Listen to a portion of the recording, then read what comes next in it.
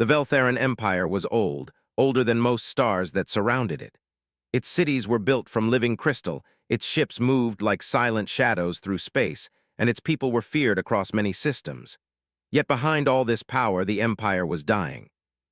The problem was not war or famine, it was blood. For many generations, Veltheran children were born fewer and weaker. Doctors, scholars, and gene priests tried everything.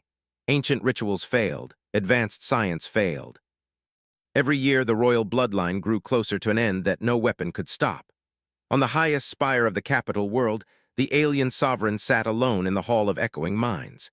His body was tall and silver-skinned, his eyes glowing faintly with age and knowledge. Around him, holographic stars rotated slowly, each one marking a failed solution. At last, he spoke a single command that would shake two worlds. "Bring a human!" The council erupted in shock. "A human?" one noble cried. "Those short-lived creatures." "They are chaotic," another said, "unrefined, dangerous." The sovereign raised one clawed hand and silence fell. "Humans survive," he said calmly. "They adapt, they bond, their blood changes to meet danger instead of breaking. My daughters will not inherit an empty throne." The order was recorded, sealed, and sent across the stars. Far away, on the edge of Veltheran space, a human patrol ship drifted through quiet darkness. Captain Elias Moore stood on the bridge, hands behind his back, watching sensor data scroll past. He had been a soldier for most of his life. He had seen war, pirates, and alien threats, but tonight felt wrong in a way he could not explain. "Captain," an officer said slowly, "multiple contacts just appeared. They're not responding." Elias barely had time to turn before space itself seemed to fold. Light vanished. Gravity twisted. The ship screamed as systems failed. Then everything went dark. When Elias opened his eyes, he expected pain. Instead, he felt weightless. Cool light filled the room around him. He lay on a smooth platform, restrained by glowing bands of energy. Alien figures stood nearby, tall and elegant, their faces unreadable. He tested the restraints. They did not move. "Easy," he said, keeping his voice calm. "If this is an interrogation, I'd like to know the charges." None of them answered. Moments later, the room shifted. The platform began moving, gliding through wide halls filled with crystal arches and soft, humming sounds. Elias realized he was deep inside an alien city, one far more advanced than anything he had seen before. Finally, the platform stopped. Before him rose a massive chamber. At its center sat the sovereign himself, surrounded by nobles and guards. And beside the throne stood three alien women, clearly of royal blood. They were tall, graceful, and powerful, each wearing armor that marked them as warriors, not decorations. Elias looked from one to the other. Their eyes rested on him with curiosity, caution, and something colder. The sovereign spoke, his voice echoing directly in Elias' mind. "You are Elias Moore of Earth." Elias swallowed. "That's right. You were brought here for a purpose." "I guessed as much," Elias replied. "You don't usually kidnap someone just to chat." A ripple of reaction moved through the hall. Some nobles bristled at his tone. One of the princesses tilted her head slightly, studying him more closely. The sovereign continued, "My people face extinction. Your kind does not. You will help ensure the survival of my bloodline." Elias frowned. "You want military aid, technology exchange? I can talk about that." "No," the sovereign said. "You will bond with my daughters." The words struck Elias like a physical blow. The chamber fell silent. Elias stared at the throne, then laughed once, sharp and disbelieving. "You abducted me from my ship to tell me that?" "This is not a request," the sovereign said. "It is an order." Elias' expression hardened. "Then you made a mistake." Murmurs spread through the nobles. Defiance from a human was unexpected. "I am not property," Elias said firmly, "and neither are your daughters. I won't be used like a tool." One of the princesses stepped forward slightly. Her eyes glowed with interest rather than anger. Another crossed her arms, clearly offended. The youngest watched silently, her gaze thoughtful. The sovereign studied Elias for a long moment. "You misunderstand," he said. "You will be honored." "Honor without choice is just another cage," Elias replied. The guards shifted, weapons humming. Elias felt fear rise in his chest, but he did not show it. Years of command had taught him that fear only had power if you let it speak. The sovereign raised his hand again. "Enough! You will be housed, fed, and protected.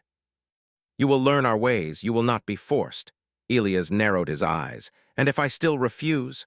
"Then you will leave," the sovereign said. but you will also leave knowing that an empire died because you would not stand with us." That weight settled heavily on Elia's shoulders. He was escorted from the hall, the princesses watching him go. One looked troubled. One looked curious. One looked as if the universe had just shifted beneath her feet. Elia's was placed in a chamber overlooking a vast alien city. Ships drifted silently between towers. The sky shimmered with strange colors. It was beautiful and terrifying. He sat on the edge of the platform bed, hands clasped, thoughts racing. He had survived battles, but this was different. There was no enemy to fight, no clear right move. A soft sound drew his attention. The door opened. One of the princesses entered alone, the one who had looked curious. She stopped a few steps away, studying him openly. "You defied my father," she said. "I spoke the truth," Elias replied. "If that's defiance, so be it." She considered this. "Most kneel. I'm not good at kneeling." A faint curve appeared at the edge of her mouth, not quite a smile. "You are not what we expected," she said. "Story of my life," Elias answered quietly. Outside the chamber, unseen by him, the Empire watched. Some hoped he would break, others feared he would not. And far away, humanity remained unaware that one man's choices might soon change the fate of an entire galaxy. Elias did not sleep that first cycle. The chamber was quiet, too quiet. Soft light moved along the walls like breathing, and the city outside never truly rested. Ships passed silently, their shapes like silver fish in a dark ocean. Elias sat near the window, thinking about Earth, about his crew, about how quickly his life had turned into something unreal. He was not a prisoner, they said, yet guards stood outside his door. He was free to walk certain halls, eat alien food that tasted strange but nourishing, and learn their language faster than expected thanks to translation implants. Still, everything felt controlled. The next cycle, he was summoned. Not to the throne room, but to a wide training field open to the sky. The air was thinner than Earth's, cooler, and carried a faint metallic scent. Alien soldiers trained there, moving with sharp grace, their bodies clearly stronger than human norm. Elias stood alone at the edge, wearing simple clothing instead of restraints. A tall alien commander approached. "The Sovereign wishes to see if humans are truly as adaptable as reported." Elias gave a dry smile. "I guess this is the test." Without warning, gravity increased. Elias' knees bent under the sudden weight. His breath left his lungs in a hard rush. The ground felt heavier, pulling him down like invisible hands. Around him, the aliens continued moving, clearly adjusted to it. He forced himself upright. Every step hurt. His muscles screamed. His heart pounded hard enough to shake his ribs. Still, he walked forward, refusing to fall. Some of the watching soldiers paused. The commander's eyes narrowed. "Most off-worlders collapse. Humans," Elias said between breaths, "are stubborn." The gravity eased only after long minutes that felt like hours. Elias dropped to one knee, gasping, sweat soaking his clothes. But he was still conscious, still alive. That was only the beginning. Over the following days, Elias was tested again and again. Extreme temperatures, alien food reactions, combat simulations against machines designed to overwhelm. Each time he struggled. Each time he adapted a little more. He learned when to push and when to conserve energy. He learned how alien movement worked, where they overextended, where human unpredictability gave him an edge. He lost many times, but he did not quit. The princesses watched from above. The eldest, strong and proud, saw him as a political problem. A weakness her father had invited into their bloodline, yet she could not deny his endurance. The second, a warrior scholar, studied his tactics. She saw that Elias did not fight to dominate, but to survive and protect space around him. That confused her more than brute force ever could. The youngest watched quietly, saying little. She noticed small things. How Elias thanked attendants. How he apologized when he made mistakes in their language. How he checked on injured soldiers, even those who defeated him. One cycle after a brutal training match, Elias collapsed hard. Pain flared through his side. Something cracked. The field went silent. Medical units rushed in, lifting him onto a platform. His vision blurred, but he was aware enough to notice one of the princesses kneeling beside him, the youngest. "You should have yielded," she said softly. Elias coughed, forcing a weak smile. "Not how we're built." In the medical chamber, his ribs were repaired using alien technology far beyond human medicine. When he woke, he expected isolation. Instead, the Sovereign was there. "You impress my people," the ruler said, "but you also disrupt them." Elias pushed himself upright. "Good." Maybe disruption is what you need. The sovereign did not take offense. You still refuse the bond.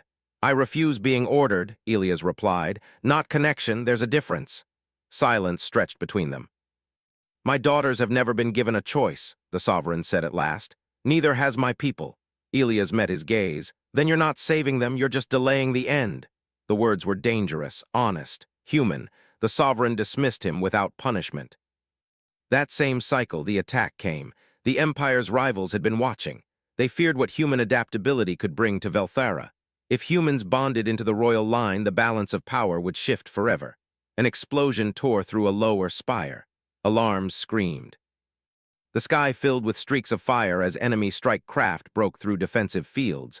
Soldiers rushed to positions. Civilians fled into shelters. Elias was unarmed when the shockwave hit his chamber, throwing him hard against the wall. Pain shot through his repaired ribs. Still, he forced himself up. A guard shouted through the door, "Stay inside!" Elias ignored him. He ran toward the sound of chaos, following instinct older than fear. In a corridor ahead, a section collapsed, trapping several aliens beneath broken crystal. Fires spread fast. Among them was the second princess. She struggled, pinned by debris, her armor damaged. Her eyes widened when she saw Elias. "You should flee," she said. Elias grabbed a fallen beam, muscles straining as heat burned his hands. "Not my style." With a raw shout, he lifted, shifting the debris just enough. The princess pulled free, helping others move. Another blast rocked the hall, bringing the ceiling down behind them. They ran. In the evacuation zone, Elias saw something worse, a breach in the shield. Enemy troops pouring in. Without thinking, Elias picked up a dropped alien weapon. It was heavier than anything he knew, unfamiliar, but his mind adapted fast. He covered retreating civilians, firing in controlled bursts, moving constantly. A blast knocked him down. The youngest princess dragged him behind cover, her strength surprising. "You are injured." "Later," Elias gasped. "People first." Together, human and alien held the line until reinforcements arrived. When the attack finally ended, parts of the city burned. Lives were lost. But the royal family still stood. In the aftermath, the court gathered again. This time, the nobles did not look at Elias with disdain. They looked at him with respect. "You defended us," the sovereign said, "without command, without promise." Elias stood unsteady but upright. "That's what humans do." The eldest princess stepped forward. "You could have escaped during the chaos." "I could have," Elias agreed. "Didn't feel right." The youngest princess spoke then, her voice clear. "You fight as if every life matters." Elias met her eyes. "Because it does." The chamber was silent. For the first time, the sovereign looked uncertain. The question was no longer whether a human could save their bloodline. It was whether the Empire was ready to change enough to deserve him. And Elias knew, deep inside, that whatever choice came next would shape more than just one world. The aftermath of the attack left the Veltharan capital in a tense quiet. Fires still smoldered in some districts, and repair crews worked day and night to restore the crystal towers. Alien citizens moved cautiously, their eyes watching the sky for any sign of another strike. The air was heavy with smoke and the faint hum of emergency energy fields. And amid it all, Elias Moore walked steadily through the halls of the royal palace, no longer just a captive, but something the aliens could not ignore. The sovereign summoned him to the central chamber once again. Elias entered with calm steps, his injuries mostly healed, but his body still sore from the recent battle. The sovereign's throne room seemed different now. The light from the crystals shone warmer, and the noble's eyes held a measure of respect instead of scorn. "You have changed my people's view of humans," the sovereign said, his voice carrying weight. "And yet you still refuse my order." Elias met the gaze of the powerful ruler without flinching. "I never refused choice. I refuse being treated like property. If survival requires trust instead of force, I am ready to help on my terms." The sovereign studied him and then nodded slowly. "Perhaps it is time my daughters learn the meaning of choice." At that, the three princesses entered. Their movements were deliberate, regal, and strong. Each of them regarded Elias in a different way. The eldest's eyes showed caution, the second's curiosity, and the youngest a spark of something like admiration. "You have survived challenges none of us expected," the eldest princess said. "You proved humans are not weak." Elias inclined his head slightly. "Humans survive because we adapt, we trust, and we protect. That's what makes us strong." The second princess stepped closer. You risked yourself to save my life. You could have left, but you stayed. Why? Because it was right, Elias said simply. Not because someone ordered me, not because I wanted praise. Right is its own reason. The youngest princess looked down for a moment and then spoke softly. You make us question everything we were taught about strength, about duty, about ourselves. Elias did not answer immediately. He only watched, letting the words hang in the air. He could feel the tension, the fragile space between centuries of tradition and the possibility of change. Days passed. The princesses spent time with Elias, not as captor and captive, but as equals learning from each other. He taught them human strategy, ways of thinking that were foreign to the Veltharans. They taught him about their culture, their science, and the heavy burden of being born to rule a dying empire. The court watched closely, expecting conflict, expecting failure. But instead, they saw partnership. They saw discussion, disagreement, and careful compromise. Elias never claimed superiority, but his influence began to ripple through the nobles. He had no army, no title, yet his actions and decisions reshaped the royal family's understanding of leadership and loyalty. One afternoon, the sovereign called all three princesses and Elias to the council hall, the largest room in the palace. Holographic maps of the galaxy floated above a crystal table. The sovereign gestured to the projection of their empire. The decisions we make now will decide the survival of Velthara, he said, not through orders alone, but through wisdom, strength, and trust. The eldest princess spoke first. I understand now that forcing bonds would not save our people. Only choice, only cooperation can do that. The second added, and humans, your way of living, thinking, and fighting, it can strengthen us without destroying who we are. The youngest looked at Elias. You showed us that courage is more than power, that compassion can be a weapon as strong as any blade. Elias stood quietly. I only did what I had to. You have the power to save your empire. You only need to believe in your own strength and the strength of those who stand beside you. The sovereign nodded slowly. Then it is settled. No orders, no forced bonds. The royal daughters may choose their own paths, and the human who stands with them may choose as well. The room held a tense, expectant silence.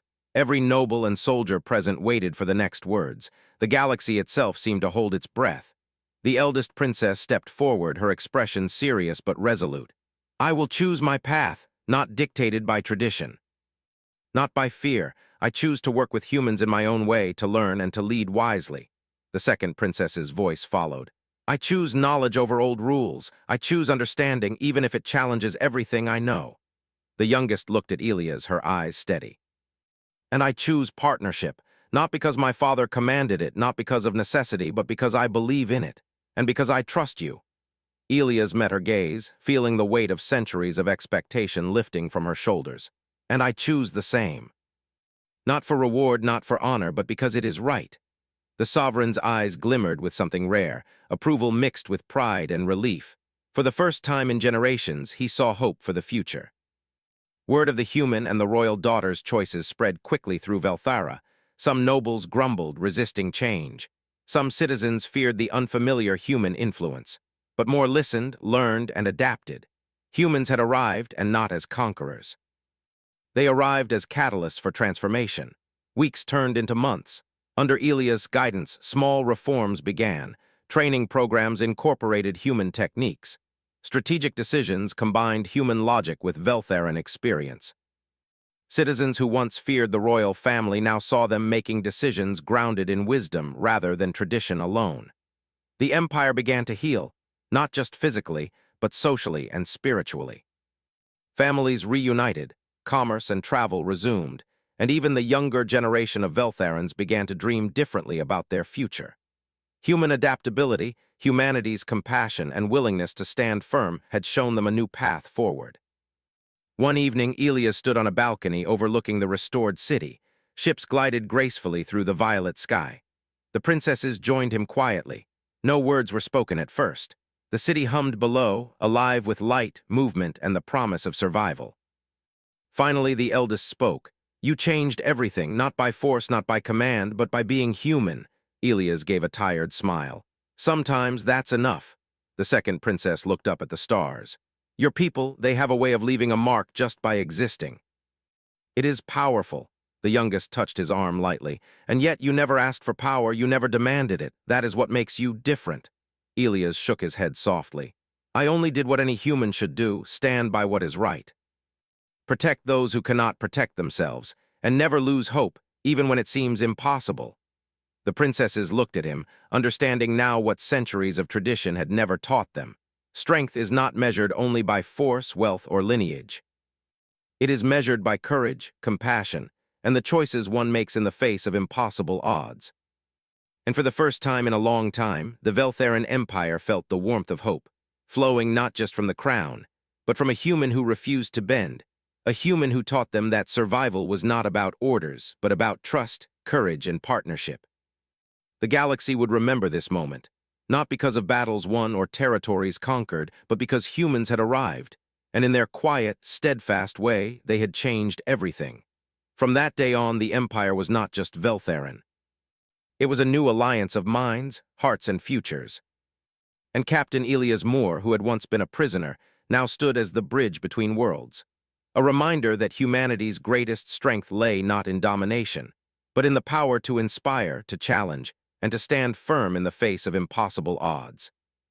The stars outside the balcony sparkled brighter than ever, as if the universe itself recognized that a new chapter had begun. And in that moment, Elias understood the truth. Humans are not only survivors, they are changers of worlds.